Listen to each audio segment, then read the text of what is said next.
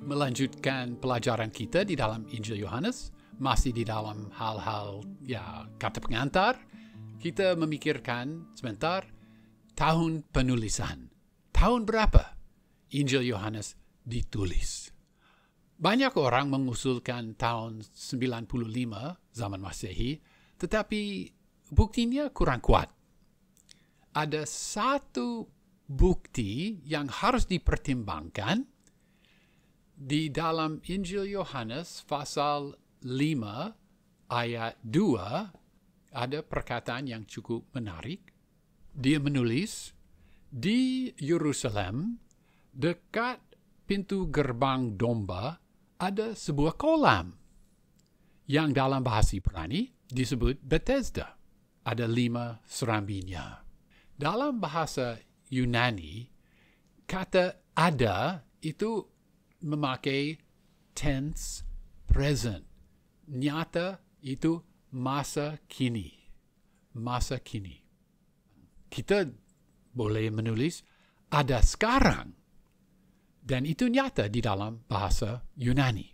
Dan kita tahu bahwa pada tahun 70 Masehi, Jenderal Titus dari Roma menghancurkan kota Yerusalem sama Bait Allah. Ada seorang sarjanawan, Josephus, menulis bahwa seluruh Yerusalem dan Bait Allah dihancurkan, terkecuali sebagian dari tembok barat dan 2 menara. Selain itu, dihancurkan. Jadi, tidak mungkin seorang Yahudi akan berkata, ada sekarang di Yerusalem sebuah kolam yang begini-begini sesudah tahun 70 itu.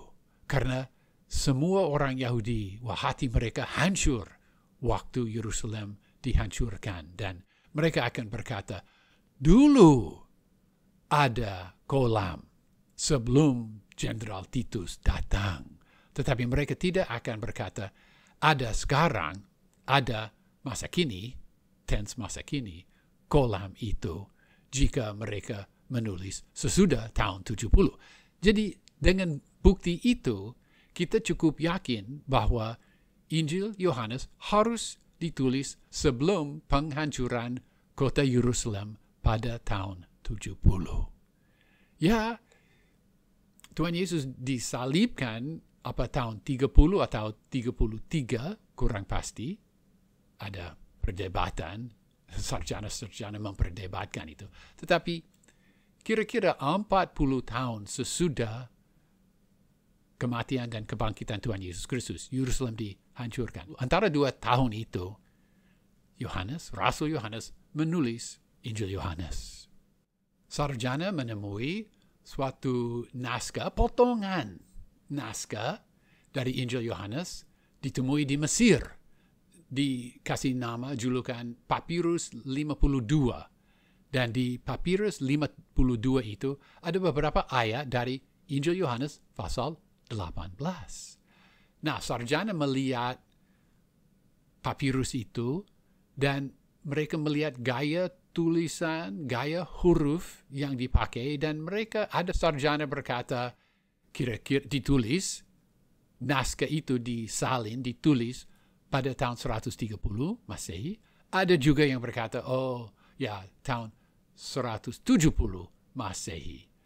Tetapi penemuan naskah itu membuktikan bahwa Injil Yohanes tidak ditulis pada tahun 200 Masehi seperti dikatakan oleh beberapa sarjana liberal yang menolak bahwa Rasul Yohanes menulis Injil Yohanes. Ya, singkatnya, Rasul Yohanes menulis Injil yang keempat, Injil Yohanes, sebelum tanggal 70 Masehi. Mari kita melangkah mempertimbangkan maksud tujuan dari Injil Yohanes. Saya mau membaca dari Injil Yohanes pasal 20 ayat 30 dan 31. Memang masih banyak tanda lain yang dibuat Yesus di depan mata murid-muridnya yang tidak tercatat dalam kitab ini. Tetapi semua yang tercantum di sini telah dicatat supaya kamu percaya bahwa Yesuslah Mesias, Anak Allah, dan supaya kamu oleh imanmu memperoleh hidup dalam namanya. Cukup jelas di dalam ayat 31 ini bahwa Injil Yohanes mempunyai tujuan yang dalam hal penginjilan, supaya kamu percaya. Ini juga berkaitan erat dengan Injil Yohanes pasal 10 ayat 10. Pencuri datang hanya untuk mencuri dan membunuh dan membinasakan. Aku datang supaya mereka mempunyai hidup. Supaya mereka mempunyai hidup itu penginjilan, keselamatan. Tetapi dia melanjutkan. Dan mempunyainya dalam segala kelimpahan. Mempunyai hidup, penginjilan. Kamu selamat. Dan mempunyainya dalam segala kelimpahannya. Apa kamu hidup berkelimpahan? Kamu hidup sebagai murid Tuhan Yesus Kristus, penuh dengan hidup yang kekal itu. Demikian juga di sini. Kembali ke Injil Yohanes pasal 20 ayat 31, tetapi semua yang tercantum di sini telah dicatat supaya kamu percaya bahwa Yesuslah Mesias, supaya kamu percaya dan selamat, penginjilan. Dan supaya kamu oleh imanmu memperoleh hidup dalam namanya.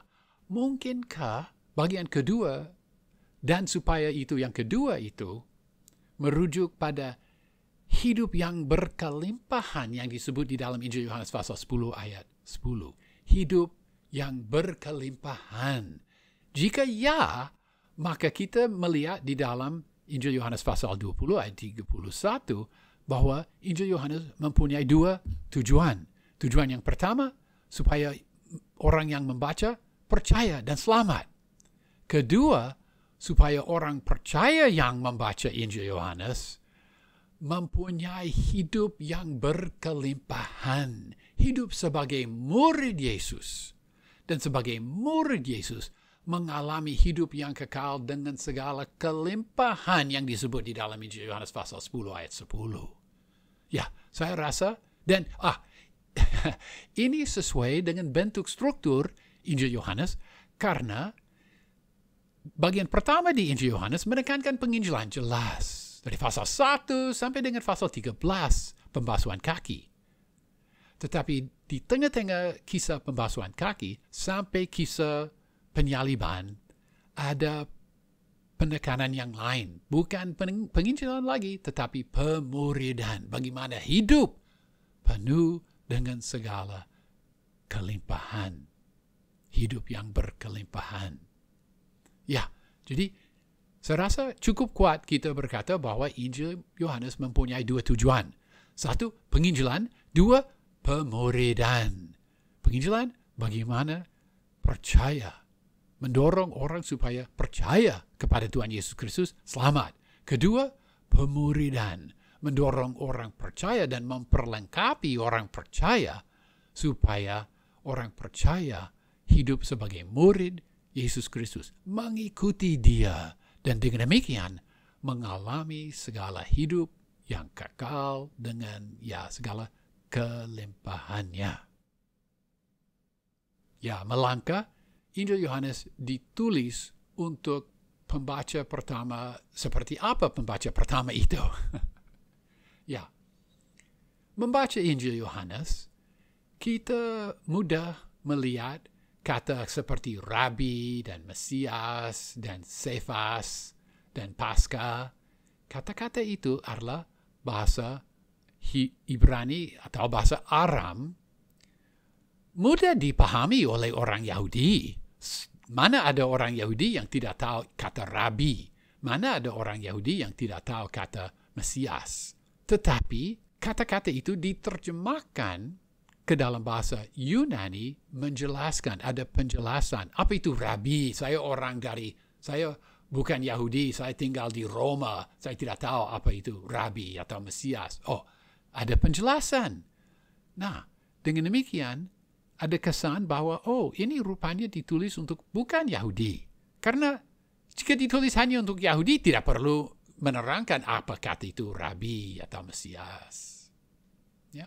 Tetapi sebaliknya, kita membaca pengajaran Tuhan Yesus di sinagoge di Kapernaum, pasal 6, undangan pada orang di Hari Raya Pondok Daun, dan ya beberapa hal memberi kesan bahwa, oh, ini ditulis untuk orang Yahudi. Oh, di dalam Injil Yohanes pasal 19 ayat 13 kita membaca, ketika Pilatus mendengar perkataan itu, ia menyuruh membawa Yesus keluar dan ia duduk di kursi pengadilan di tempat yang bernama Litostrotos. Litostrotos itu bahasa Yunani. Diuraikan lebih lanjut dalam bahasa Ibrani Gabata. Jadi di situ ada penjelasan kata Yunani dijelaskan dalam sebenarnya bahasa Aram. Bahasa Aram lah. Nanti kita melihat itu. Mengapa kata Yunani itu diterjemahkan menjadi bahasa Ibrani atau bahasa Aram untuk keperluan orang Yahudi?